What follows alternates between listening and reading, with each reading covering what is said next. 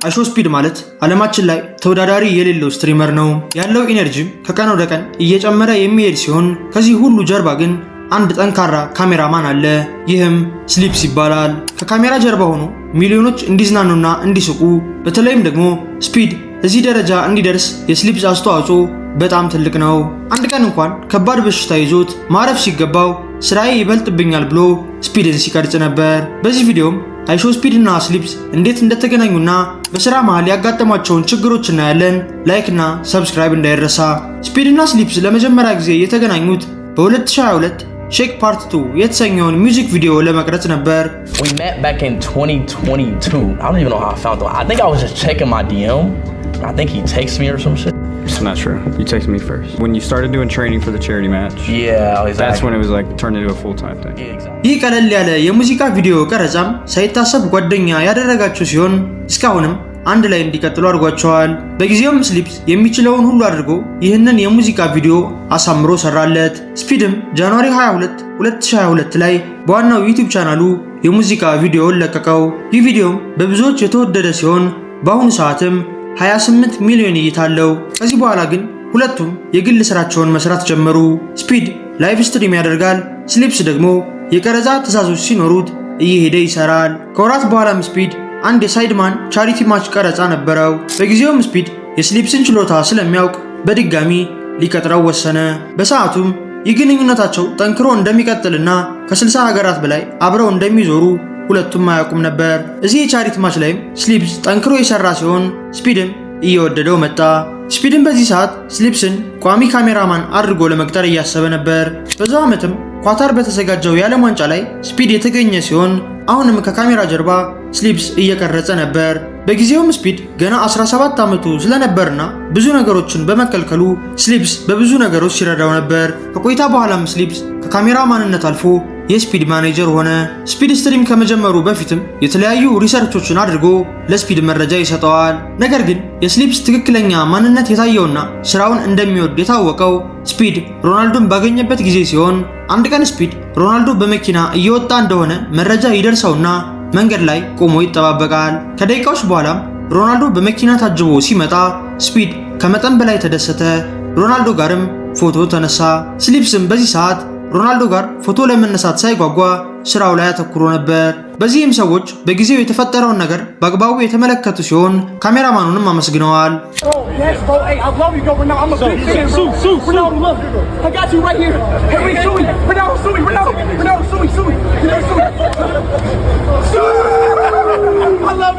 ከዚህ በኋላም ነበር አይሾስፒድ ስሊፕስን አጥብቆ የያዘው። በሄደበት ቦታ ሁሉም ስሊፕስ የሚኖር ሲሆን ጥርት ያለ ስራንም መስራት ጀመሩ።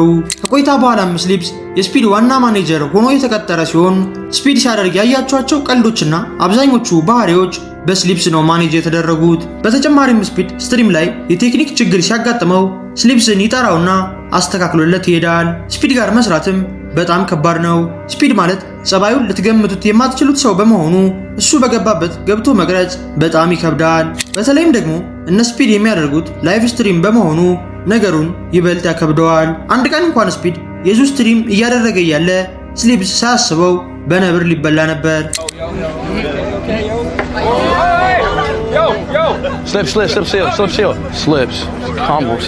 ስሊፕስም በተለያዩ ጊዜያት አደጋ ያጋጠሙት ሲሆን ለስራውና ለሰዎች ኢንተርቴንመንት ሲል ግን በጥንካሬ አልፏቸዋል። ይህንንም በግልጽ ያሳየ አንድ ክስተት ኢንዶኔዥያ በነበሩበት ጊዜ ታይቷል። ስፒድ ኢንዶኔዥያ ሄዶ እያለ አንዲትን ባጃጅ ለመንዳት ይሞክራል። ስሊፕስም ከጀርባ ወንበር የተቀመጠ ሲሆን በመቀጠልም ይህ ተፈጠረ።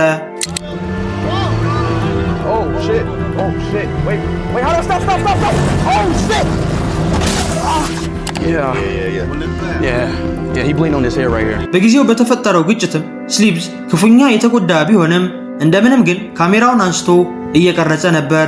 ይህም የሚያሳየው ስሊፕስ ተቀጣሪ ካሜራማን ብቻ እንዳልሆነና ስራውን ምን ያክል እንደሚወድ ሲሆን ከቆይታ በኋላም ሌላ ነገር ተፈጠረ።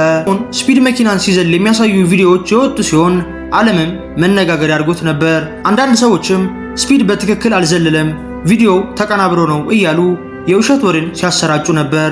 ስሊፕስም ለዚህ የውሸት ወሬ መልስ ይዞ የመጣ ሲሆን ከተለያዩ አንግል ሆን ብሎ የቀረጻቸውን ፉቴጆችም ሶሻል ሚዲያ ላይ ለቀቃቸው። በዚህም ውሸታሞችን ያጋለጠ ሲሆን ለስፒድም ትልቅ ውለታን ውሎለታል። ስሊፕስ ለስፒድ ካደረጋቸው ነገሮች ውስጥም ብዙዎችን ያስገረመው ይሄኛው ነበር።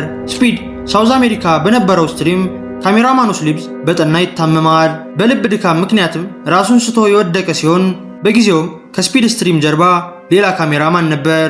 ከቀናት በኋላም ስፒድ WWE ላይ ተጋብዞ የነበረ ሲሆን በጊዜውም ስሊፕስ እኔ እቀርጽሃለሁ ብሎ በጥንካሬ ተነሳ። ሌላ ሰው ቢሆን ህመሜን ላስታግስ ብሎ ለሳምንታት ወይንም ለወራት ያርፍ ነበር። ነገር ግን ስሊፕስ ለቀናት እንኳን በቅጡ ሳያርፍ የስፒድን የWWE ቆይታ ለመቅረጽ አብሮት ተጓዘ። በጊዜውም ስትሪሙን በሚያደርጉበት ሰዓት በጣም እንዳመመው ተናግሯል። ይህንን ሁሉ መስዋዕትነት ስሊፕስ የሚከፍለውም ስፒድን በጣም ስለሚወደውና ስራ እንዳይበላሽ ስለሚፈልግ ነው። ስሊፕስም ለስፒድ ከካሜራ ማንነት አልፎ ማኔጀር፣ ቦዲጋርድ እንዲሁም አንዳንዴ ስፒድን እየደገፈ ሶሻል ሚዲያ ላይ ይናገራል። አንድ ጊዜ እንኳን ስፒድ ኖርዌይ በነበረበት ጊዜ ሰዎች እንደዛ በዝተው ስፒድን ሲደበድቡትና ሲሰድቡት ስሊፕስ በጣም የተናደደ ሲሆን ትዊተር ላይም ስፒድ ታዋቂ ስለሆነ ብቻ መደብደብ የለበትም፣ እንደዚህ አይነት ጸባይ ከሰው ልጆች አይጠበቅም ብሎ ጽፏል። በሌላ ጊዜ ደግሞ ስፒድ ዴንማርክ እያለ አንድ ሰው ወደ ሀገር ተመለስ ብሎ ስፒድን ይሰድበዋል። ወዲያውም ስሊፕስ በመሃል ይገባና ሰውየውን ይሳደባል።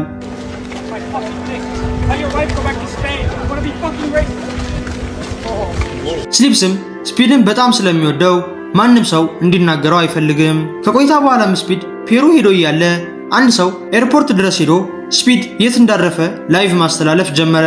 ይህንን ያስተዋለው ስሊፕስም ሮጦ በመሄድ ካሜራውን አጥፋ ያለው ሲሆን ሰውየው ግን ቀጥታ ማስተላለፉን ቀጠለ።